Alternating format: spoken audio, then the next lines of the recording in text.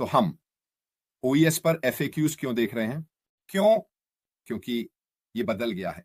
अब वहां पहले से कहीं ज्यादा जानकारी है और अब OES पर FAQs कहाँ हैं, यह जानने के लिए आपको अपने नाम के पास दाहिनी ओर के कोने में जाना है।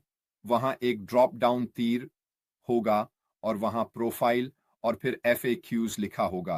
अगर आप FAQs पे क्लिक करते हैं तो ये खुल जाएगा, अक्सर पूछे जाने वाले सवाल। तो आज हम इसे क्यों देख रहे हैं और आज हम इसे क्यों समझने वाले हैं, क्योंकि हमेशा की तरह मैं क्या कहता हूं, ज्ञान शक्ति है और जितना अधिक ज्ञान आपके पास अपने व्यवसाय के बारे में होगा उतना ही आसान जो होगा किसी से इसके बारे में बात करना जब वे आपसे सवाल पूछते हैं और आप आत्मविश्वास के साथ जवाब देने में सक्षम होंगे। और यह आपको और भी विश्वसनीय वह शब्द नहीं है जो मैं इस्तेमाल करना चाहता, लेकिन यह आपको अपने व्यवसाय के बारे में इन लोगों के सवालों के जवाब देने में अधिक सहज बनाता है, क्योंकि आप अपडेटेड हैं और इसके बारे में अधिक जानते हैं। आपको यह नहीं कहना है मुझे नहीं पता लेकिन मैं आपसे वापस संपर्क करूंगा या जो भी और कुछ है। तो जब आप इसे पहली बार खोलते हैं तो आप देखेंगे कि वहां केवल 4 या 5 ही दिखते हैं।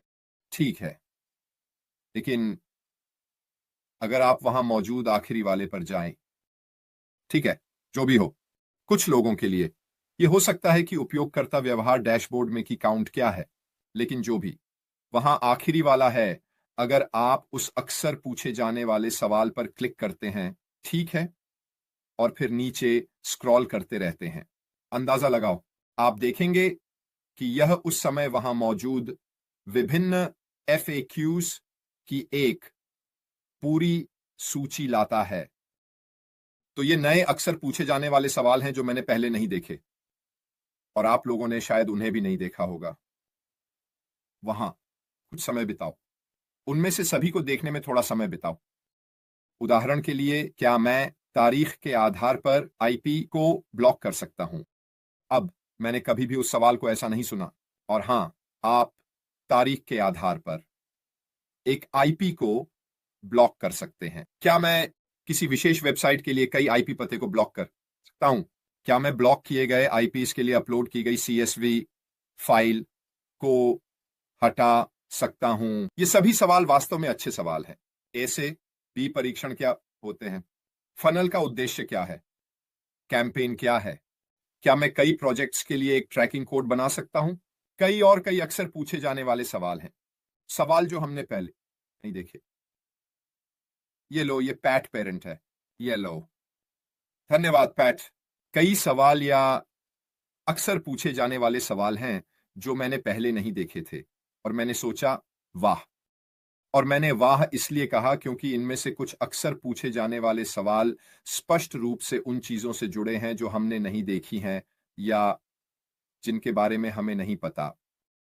उदाहरण के लिए, फनल का उद्देश्य क्या है? और यह कहता है कि फनल एक ऐसी श्रृंखला है जिसमें एक उपयोगकर्ता किसी वेबसाइट पर एक विशेष लक्ष्य को प्राप्त करने के लिए कदम उठाता है। यह उपयोगकर्ता की यात्रा को बातचीत प्रक्रिया के विभिन्न चरणों के माध्यम से ट्रैक करता है और उन बिंदुओं की पहचान करता है जहां उपयोगकर्ता छोड़ देते हैं या लक्ष्य पूरा करने की प्रक्रिया को छोड़ देते हैं। अब आपको खुद से पूछना होगा, वह FAQ हाँ क्यों है? अब मुझे नहीं पता, लेकिन मेरे मन में यह बात स्पष्ट है कि अगर उन्होंने फनल के बारे में एक FAQ डाला है तो इसका मतलब है कि चरण 2 में फनलों से संबंधित कुछ हो सकता है। उदाहरण के लिए, AB परीक्षण क्या है? AB परीक्षण एक ऐसी प्रक्रिया है जिसमें किसी वेब पेज के 2 विभिन्न संस्करणों की तुलना करके यह निर्धारित किया जाता है कि कौन सा संस्करण बेहतर प्रदर्शन करता है। एक विशेष लक्ष्य को प्राप्त करने के संदर्भ में वह FAQ वहां क्यों है? यह समझ में आता है कि शायद यह अगले चरण में एक विकल्प होगा जब हमें विभिन्न वेबसाइटों का उपयोग करने और उनके प्रगति को ट्रैक करने की क्षमता मिलेगी। अब स्क्रॉल मैप क्या है? मुझे नहीं पता। स्क्रॉल मैप क्या है? क्या आपको पता है? यहां पर अक्सर पूछे जाने वाले सवालों के अनुसार ये सब बहुत दिलचस्प चीजें हैं। मुझे सच में ये FAQs बहुत पसंद हैं। मेरे ख्याल से हर किसी को इन्हें एक एक करके देखना चाहिए, ताकि ए जो पहले से मौजूद है और बी जो आने वाला है उसके बारे में थोड़ा और जान सके।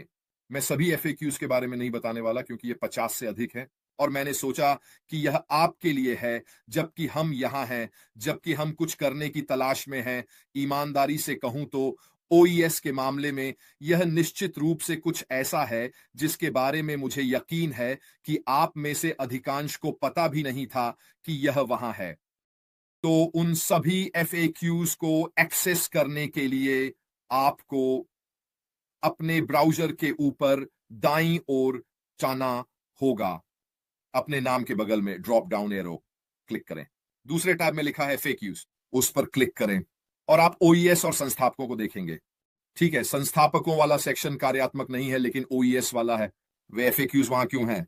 हमारे पारिस्थितिकी तंत्र में ये विशेष अक्सर पूछे जाने वाले प्रश्न क्यों हैं? और इसका तार्किक उत्तर यह है कि ये हमारे नए पारिस्थितिकी तंत्र में, जो हम दूसरे चरण में देखेंगे, उस पर असर डालने वाले हैं।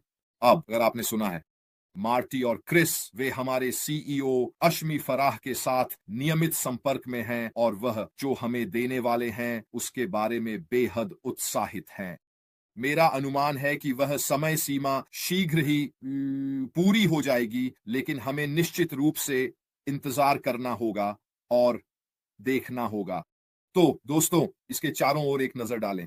पारिस्थितिकी तंत्र के हर क्षेत्र का उपयोग करने में थोड़ा समय बिताएं, ताकि आप अपनी जानकारी को थोड़ा बेहतर जान सकें। यह सब सोने के समान है। आपकी जानकारी को थोड़ा बेहतर, यह सब सोने के समान है। जो आप वहां देख रहे हैं वह ज्ञान के मामले में आपके हाथों में असली सोना है। आपके पारिस्थितिकी तंत्र में जो भी आप सीखते हैं उसका हर एक हिस्सा आपके व्यवसाय के ऑन पासिव प्लेटफॉर्म में आपके लिए फायदेमंद होगा। मैं इसे किसी और तरीके से नहीं कह सकता।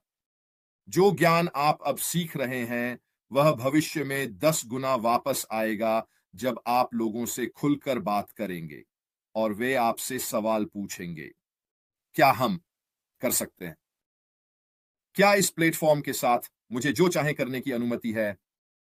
प्रश्नों और उत्तरों के एफएक्यूज के माध्यम से सीखना आपको एक बेहतर ज्ञान आधार देता है। यह आपको बहुत अधिक पेशेवर भी दिखाता है। फिर कोई ऐसा कहता है मुझे नहीं पता, मुझे पता करना होगा। लेकिन अगर आप तुरंत वापस आकर कह सकते हैं हां, इस प्लेटफॉर्म के साथ आप इसकी कार्यक्षमता का उपयोग कर सकेंगे, ऐसा करके या वैसा करके, और हां, यह आपकी जरूरतों को पूरा करेगा या जो भी आप चाहते हैं। हालांकि सवाल विकसित होता है। इसका मतलब है कि आपको ऐसे व्यक्ति के रूप में देखा जाएगा जो अपने व्यवसाय को जानता है, जो जानता है कि यह क्या कर सकता है, बजाय इसके कि मैं मानता हूं कि फ्लॉन्डरिंग एक अच्छा शब्द है। ठीक है, हवा में।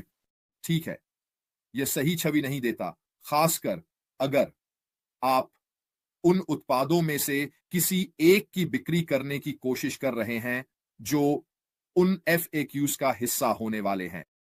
मुझे उम्मीद है कि आप एफएक्यूज को जरूर देखेंगे। मैंने निश्चित रूप से किया। एक बार फिर धन्यवाद पैट पेरिंस, और बाकी सभी का धन्यवाद जिन्होंने संपर्क किया।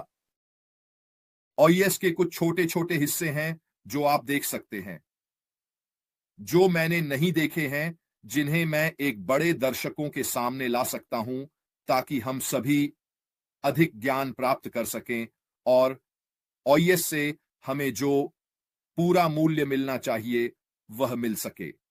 जितना अधिक यह होता है उतना ही यह सभी के लिए बेहतर होता है। तो अगर आप कुछ देखते हैं तो मुझसे संपर्क करें, और अगर मैंने पहले से नहीं देखा है तो जाहिर है मैं आपको बता दूंगा, जैसे मैंने डायन लेनन के साथ किया। अगर नहीं तो मैं इसे अपने एक लाइव में जरूर उठाऊंगा, ताकि हम सभी इसे देख सकें और हम सभी इसका लाभ उठा सकें। बस इतना ही मेरी तरफ से। आप सभी से कल बात होगी। हाल अलविदा।